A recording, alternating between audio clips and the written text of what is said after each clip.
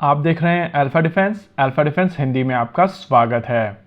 आज के इस वीडियो में हम लोग बात करने वाले हैं भारतीय सेना द्वारा टेस्ट की गई आकाश प्राइम मिसाइल सिस्टम के बारे में। ऑपरेशन सिंदूर के दौरान आकाश मिसाइल सिस्टम की जो परफॉर्मेंस रही है, उसके बाद में इस मिसाइल सिस्टम को किसी भी तरीके के इंट्रोडक्शन की आवश्यकता नहीं है। इस मिसाइल सिस्टम का प्रयोग करते हुए भारत ने UAV, UCAV, loitering munitions, surface to surface missile systems और क्रूज मिसाइल सिस्टम्स को मारकर गिराया। अगर भारत के national security adviser Ajit Doval साहब इंटरनेशनल मीडिया को चैलेंज करते हैं कि भारत के अंदर एक ऐसा स्पॉट दिखा दीजिए जहां पर पाकिस्तान का कोई प्रोजेक्टाइल आकर गिरा हो और उससे नुकसान हुआ, तो इस कॉन्फिडेंस के पीछे Akash surface to air missile system एक बहुत बड़ा फैक्टर रहा है।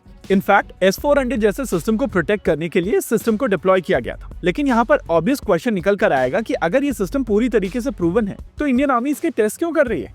कारण है वेरिएंट। आकाश मिसाइल सिस्टम के कई सारे वेरिएंट हैं, लेकिन दिखने में ये वेरिएंट सभी के सभी सिमिलर दिखाई देते हैं। अभी आपकी स्क्रीन के ऊपर जो मिसाइल सिस्टम है वो basically Akash surface to air missile system है और इस मिसाइल सिस्टम के 3 अलग अलग तरीके के वेरिएंट्स बनाए जाते हैं। यहाँ पर यह नोट करना जरूरी है कि हम लोग आकाश एनजी की बात नहीं कर रहे हैं, क्योंकि वो प्रोग्राम एक पूरी तरीके से अलग प्रोग्राम है और वहाँ पर जो इंटरसेप्टर मिसाइल सिस्टम यूज की जाती है वो टेक्नोलॉजिकली पूरी तरीके से डिफरेंट है। अगर बेसलाइन आकाश की बात की जाए तो ये 3 तरीके की मिसाइल सिस्टम है। पहली आकाश मिसाइल सिस्टम जो आपकी बेसलाइन मिसाइल सिस्टम है और इस मिसाइल सिस्टम में किसी भी तरीके के सीकर का प्रयोग नहीं किया जाता है। गाइडेंस के लिए यह मिसाइल सिस्टम कमान का प्रयोग करती है, यानी कि एक कमान गाइडेड मिसाइल सिस्टम है जैसे कि रशियन पैंसर।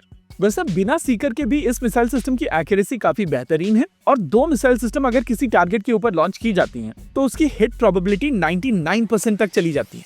लेकिन सीकर के अपने अलग एडवांटेजेस हैं और इसी वजह से इस मिसाइल सिस्टम के ऊपर बाद में सीकर लगाया गया था, जिसको आकाश 1S कहा जाता है। ओवरऑल ये दोनों मिसाइल सिस्टम्स काफी हद तक सिमिलर हैं, लेकिन आकाश 1S की एक्यूरेसी बढ़ जाती है, साथ ही साथ मिसाइल की ओवरऑल कॉस्ट भी बढ़ जाती है। नेचुरल है कि अगर मिसाइल सिस्टम में सीकर ऐड किया जाएगा तो उसकी कॉस्ट बढ़ेगी, क्योंकि सीकर एक्यूरेसी को तो बढ़ाता है, लेकिन ये एक कॉस्टली यूनिट होती है जिससे ओवरऑल सिस्टम की भी कॉस्ट बढ़ती है। वैसे जनरल अंडरस्टैंडिंग अभी भी यही है कि यूएवीज, यूसीएवीज और लॉइटरिंग म्यूनिशन जैसे टारगेट्स के लिए आकाश बेसलाइन ही एक बेहतर सॉल्यूशन है और वहां पर आकाश 1S ओवरकिल हो जाता है। लेकिन हिस्टोरिकली जिस तरीके के वेपन सिस्टम्स भारत बनाता आया है वो काफी हद तक पाकिस्तान सेंट्रिक थे। ये सिस्टम राजस्थान से लेकर कश्मीर तक काफी आसानी से ऑपरेट कर सकते थे, लेकिन जब बात आती है लद्दाख, सिक्किम और अरुणाचल की तो चीजें थोड़ी बदल जाती हैं। पिछले कुछ समय से भारत और चाइना के बीच में चीजें बदली हैं और स्पेसिफिकली गलवान के बाद में रियलाइज किया गया है कि हम लोग चाइना के साथ में भी वॉर में जा सकते हैं।